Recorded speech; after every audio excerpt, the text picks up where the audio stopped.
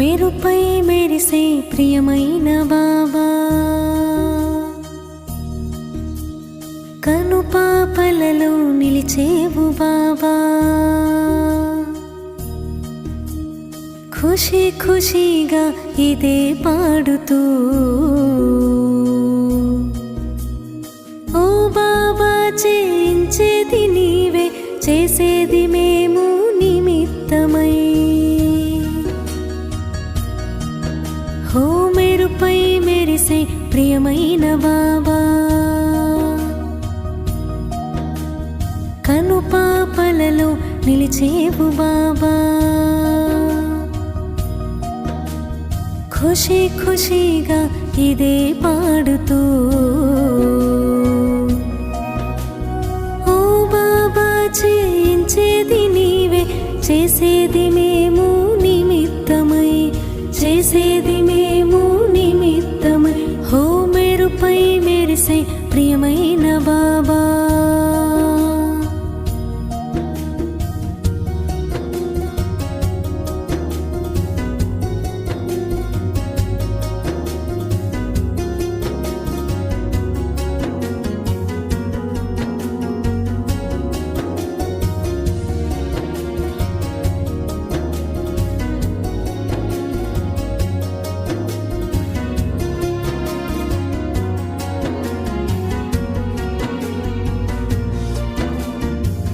శివ బాబా చేసేది నీవే, ఓ బాబా చేయించేది నీవే,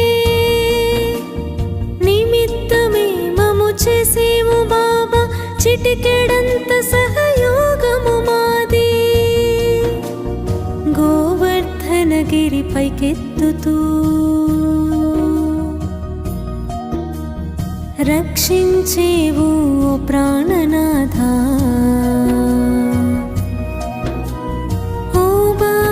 చేయించేది నీవే, చేసేది మేము నిమిత్తమై, చేసేది మేము నిమిత్తమై. హో మేరుపై మెరిసే ప్రియమైన బాబా,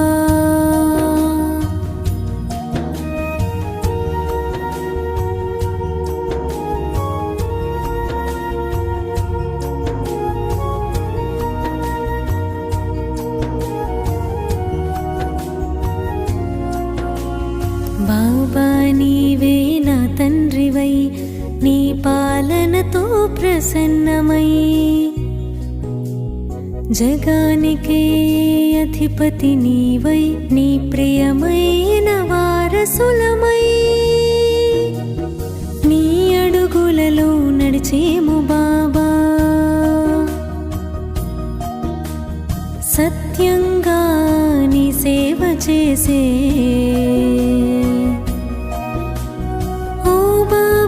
చేయించేది నీవే, చేసేది మేము నిమిత్తమై, చేసేది మేము నిమిత్తమై.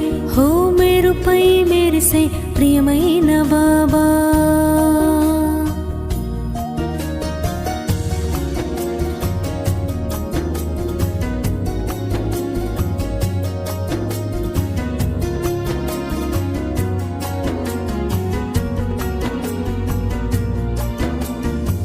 బుద్ధి బలము జ్ఞానమే నీది, ఈ స్మృతితో జీవనమే సాగే,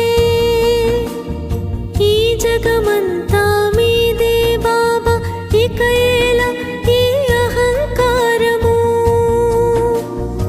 ఎంతో ప్రేమగా నీ దరికి చేరే జీవన నావను అర్పించే నీకై,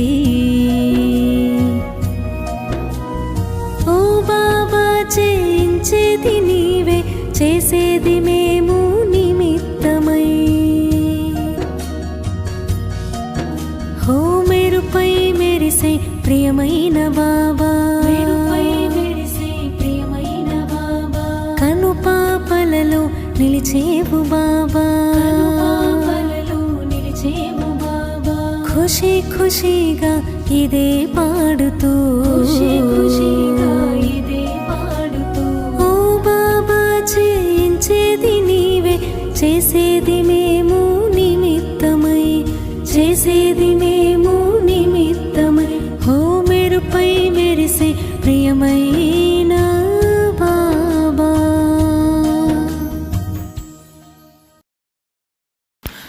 శాంతి. మురళీ డేట్ 11/10/2024. మధురమైన పిల్లలారా, బాబా స్మృతితో పాటు జ్ఞానధనంతో సంపన్నం అవ్వండి. బుద్ధిలో పూర్తి జ్ఞానం మెదులుతూ ఉండాలి. అప్పుడే అపారమైన సంతోషం ఉంటుంది. సృష్టి చక్ర జ్ఞానం ద్వారా మీరు చక్రవర్తి రాజులుగా అవుతారు. ప్రశ్న: ఏ పిల్లలు ప్రీతి తండ్రిపై ఉండదు?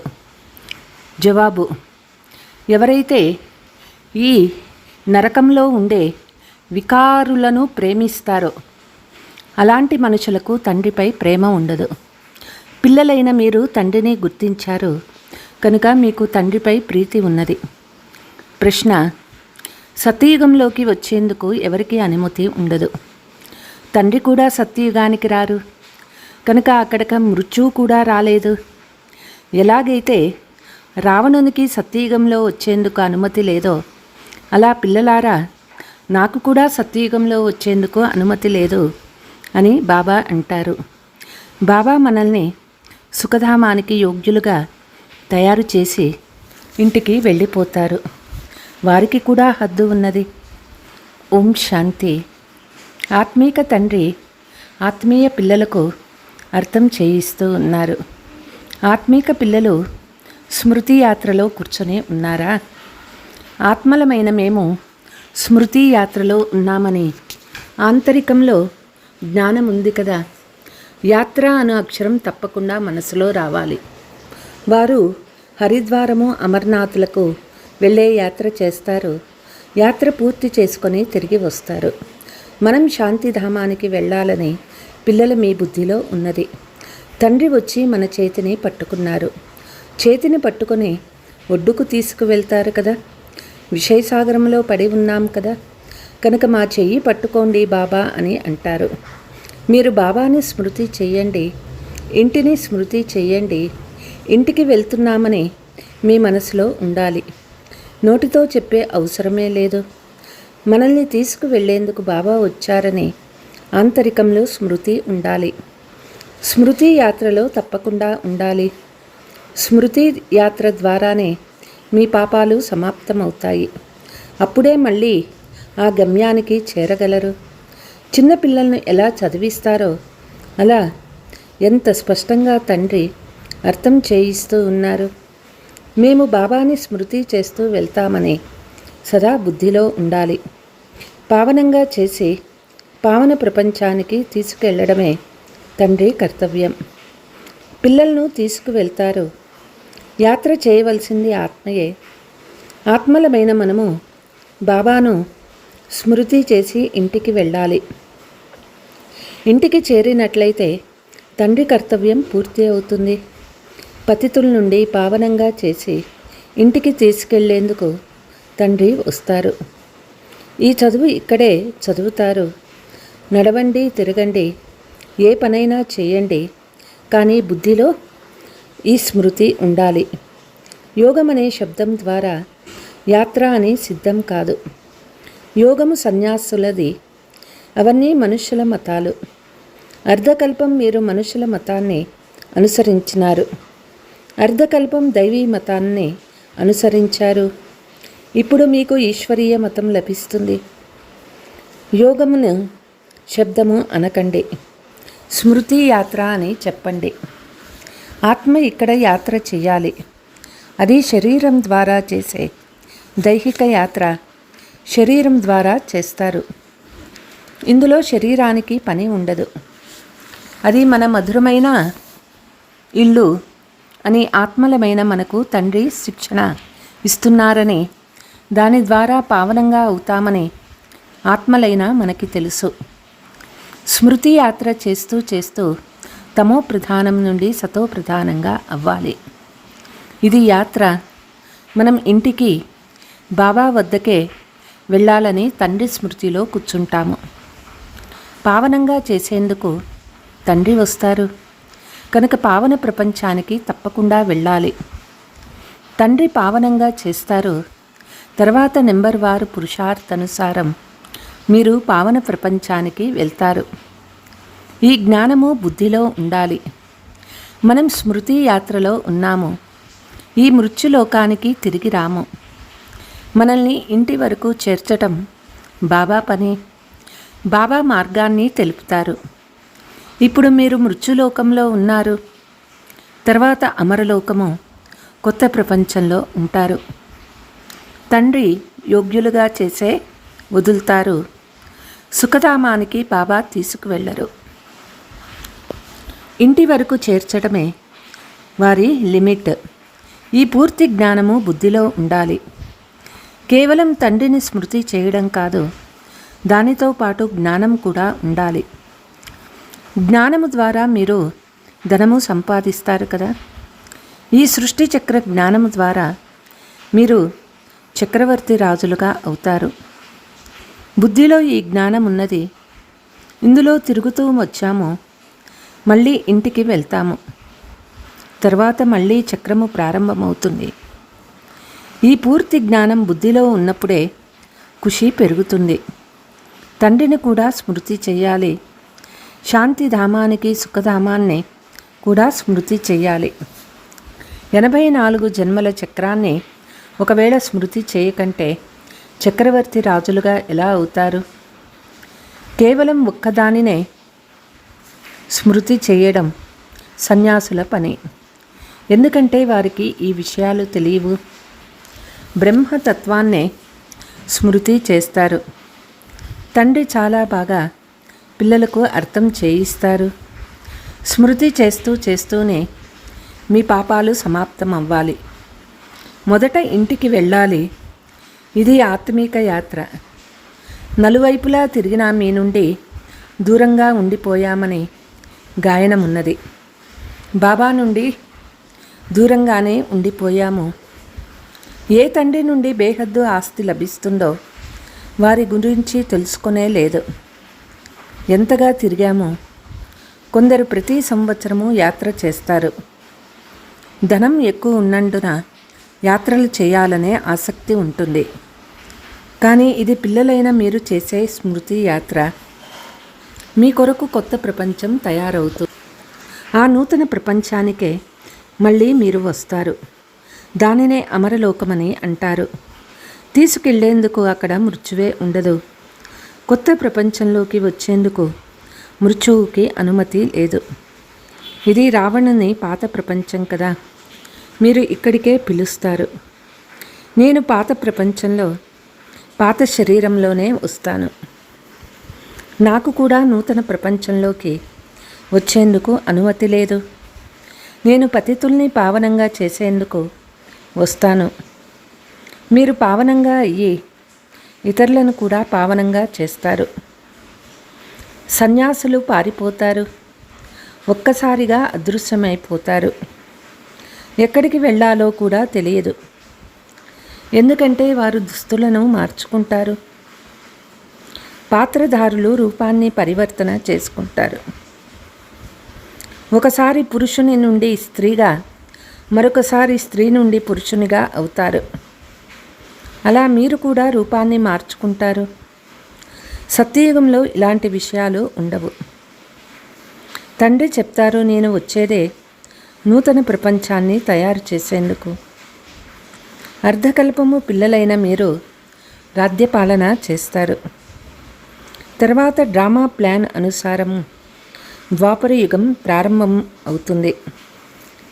దేవతలు వామ మార్గంలోకి వెళ్ళిపోతారు.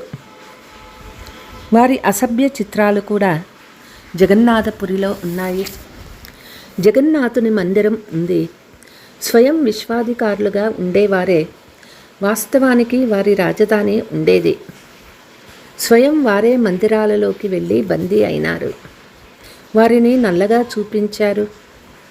జగన్నాథుని మందిరం గురించి మీరు చాలా అర్థం చేయించారు. ఇతరులెవరూ దీని అర్థాన్ని తెలియచేయలేరు. దేవతలే పూజ్యుల నుండి పూజారులుగా అవుతారు.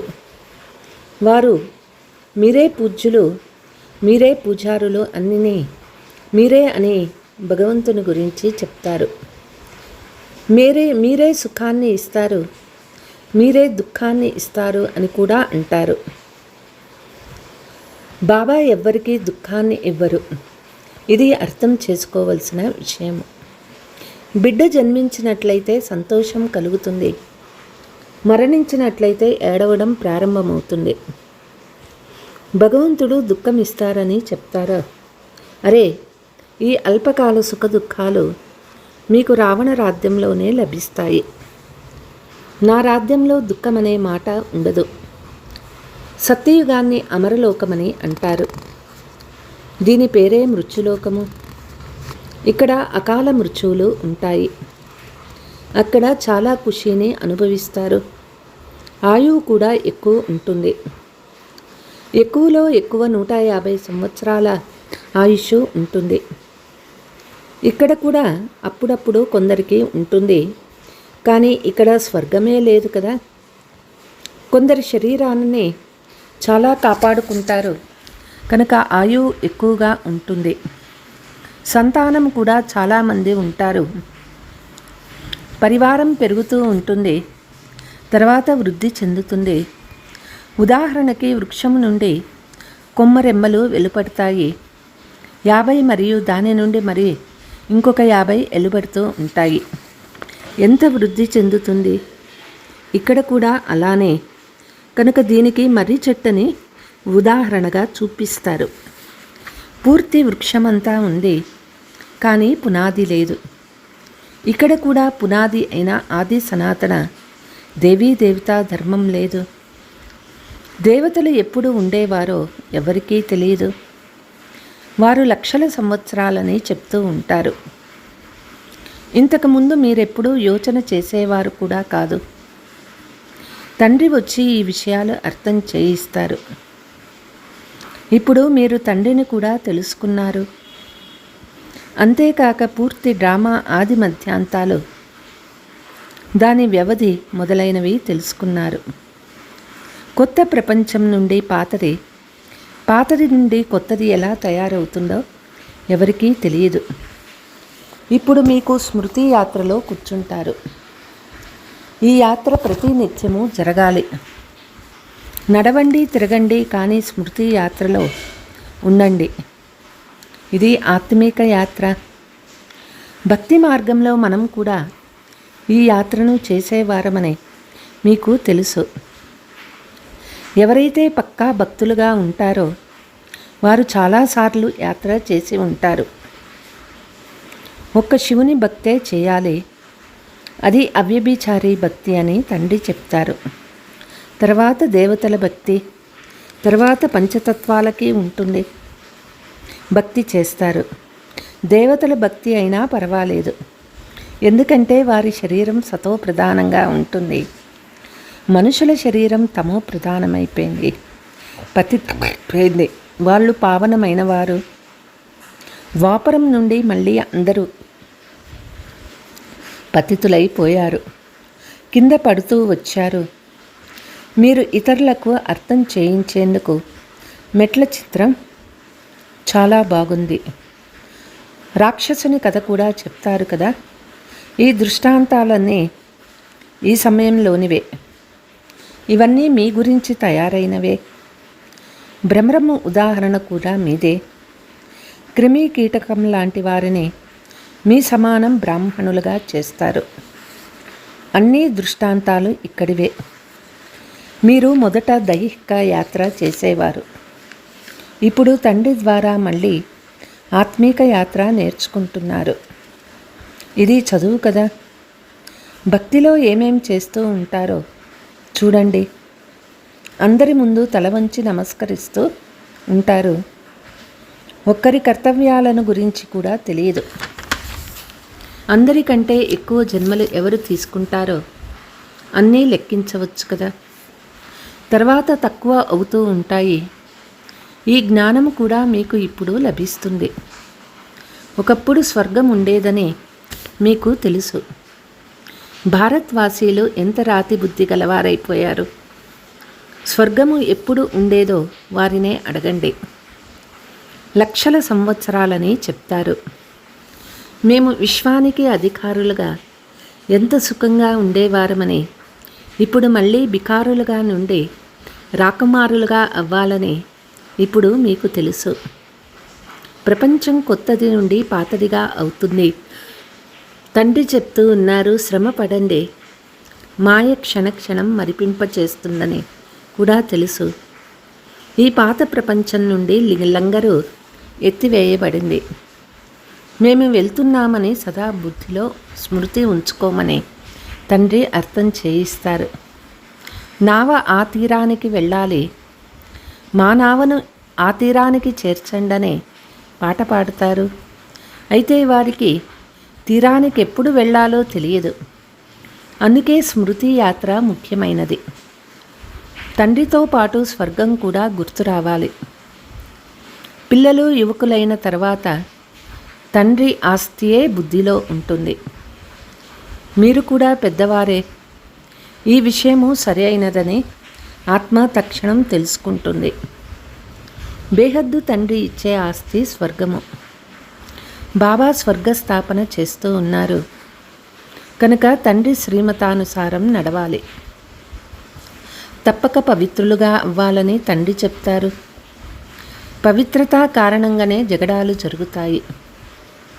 వారు పూర్తి రౌరవ నరకంలో పడి ఉన్నారు. ఇంకా ఎక్కువగా వికారాలకు వశమవుతారు. తండ్రిపై ప్రీతి ఉంచుకోలేరు. వినాశకాలే విపరీత బుద్ధి కదా. ప్రీతి బుద్ధి కలవారిగా చేసేందుకు తండ్రి వస్తారు. కొంచెం కూడా ప్రీతి బుద్ధి లేని వారు చాలామంది ఉన్నారు. తండ్రిని ఎప్పుడు స్మృతి చేయరు. శివబాబాని గురించి తెలియనే తెలియదు. అంగీకరించరు. మాయ గ్రహణం పూర్తిగా పట్టుకొని ఉంది. స్మృతి యాత్ర అసలే లేదు. తండ్రి శ్రమ చేయిస్తారు. సూర్యవంశీ, చంద్రవంశీ రాజధానులు ఇక్కడ స్థాపన అవుతున్నాయని మీకు తెలుసు. సత్య త్రేతాయుగాలలో ధర్మస్థాపన జరగదు. రాముడు ఏ ధర్మాన్ని స్థాపన చేయడు. స్థాపన చేసే తండ్రి ద్వారా వారు అలా తయారవుతారు. ఇతర ధర్మస్థాపకులకు తండ్రి చేసే ధర్మస్థాపనకు రాత్రికి పగలు అంతా తేడా ఉన్నది. ప్రపంచాన్ని ఎప్పుడు పరివర్తన చేయాలని ఉంటుందో అప్పుడు సంగమయుగంలో తండ్రి వస్తారు. తండ్రి చెప్తారు, కల్పం యొక్క సంగమయుగంలో వస్తాను. వారు యుగ యుగంలో అని వ్రాశారు. అర్ధకల్పం భక్తి మార్గం కూడా నడవాలి. తండ్రి చెప్తూ ఉన్నారు, పిల్లలారా, ఈ మాటలు మరవకండి. బాబా మేము మిమ్మల్ని మర్చిపోతున్నామని పిల్లలు చెప్తారు. పశువులు కూడా వాటి తండ్రిని మర్చిపోవు. మీరెందుకు మర్చిపోతారు? మిమ్మల్ని ఆత్మ అని అనుకోరా? దేహాభిమానులుగా అవ్వడం వల్లనే మీరు తండ్రిని మర్చిపోతారు. తండ్రి ఎలా అర్థం చేయిస్తారో అలా పిల్లలు కూడా మీరు కూడా అలవాటు చేసుకోవాలి.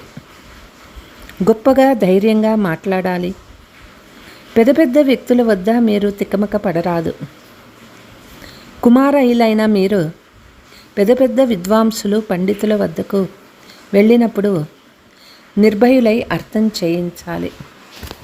अच्छा, मीठे मीठे सिकीलते बच्चों प्रति माता पिता बाप दादा का याद प्यार और गुड मॉर्निंग. रूहानी बाप की रूहानी बच्चों को नमस्ते. हम रूहानी बच्चों की रूहानी माता पिता बाप दादा को याद प्यार गुड मॉर्निंग डबल नमस्ते. ధారణ. మేము వెళ్తూ ఉన్నాము. మా నావ యొక్క లంగరు ఈ పాత ప్రపంచం నుండి ఎత్తివేయబడింది. మేము ఆత్మీక యాత్రలో ఉన్నామని సదా బుద్ధిలో గుర్తుండాలి. ఈ యాత్రనే మీరు చేస్తూ ఉండాలి. ఇతరులతో కూడా చేయించాలి. ఎవరైనా గొప్ప వ్యక్తుల ముందు నిర్భయంగా మాట్లాడాలి. తికమక పడరాదు. ఆత్మాభిమానులై అర్థం చేయించే అభ్యాసం చేసుకోవాలి. వరదానము. వ్యర్థము లేక మాయ అనగా ఏమిటో తెలియని అమాయకులు అయ్యి దివ్యతాని అనుభవం చేసే మహానాత్మ భవ. మహానాత్మ అంటే సెయింట్ అంటే పావన పురుషులు. వ్యర్థము లేక మాయ అంటే ఏమిటో తెలియని అమాయకులు. ఇలాగైతే దేవతలు వీటితో ఇన్నోసెంట్ ఉన్నారో అలా మీ దైవీ సంస్కారాన్ని ఇమర్జి చేసుకోండి. వ్యర్థం అంటే ఏమిటో తెలియని అవిద్యా స్వరూపులుగా అవ్వండి. ఎందుకంటే వ్యర్థం యొక్క ఆవేశము చాలాసార్లు సత్యత యొక్క స్పృహను, యథార్థత యొక్క స్పృహను సమాప్తం చేస్తుంది. అందువల్ల సమయము, శ్వాస, మాట, కర్మ అన్నిటిలో వ్యర్థం నుండి ఇన్నోసెంట్గా అవ్వండి. ఎప్పుడైతే వ్యర్థం యొక్క విద్యగా అవుతారో అప్పుడు దివ్యత స్వతహాగా వస్తుంది. అంతేకాక అనుభవం కూడా చేయిస్తుంది. స్లోగన్: ఫస్ట్ డివిజన్లో రావాలంటే బ్రహ్మ బాబా అడుగుపై అడుగు వేయండి. అచ్చా. ఓం శాంతి.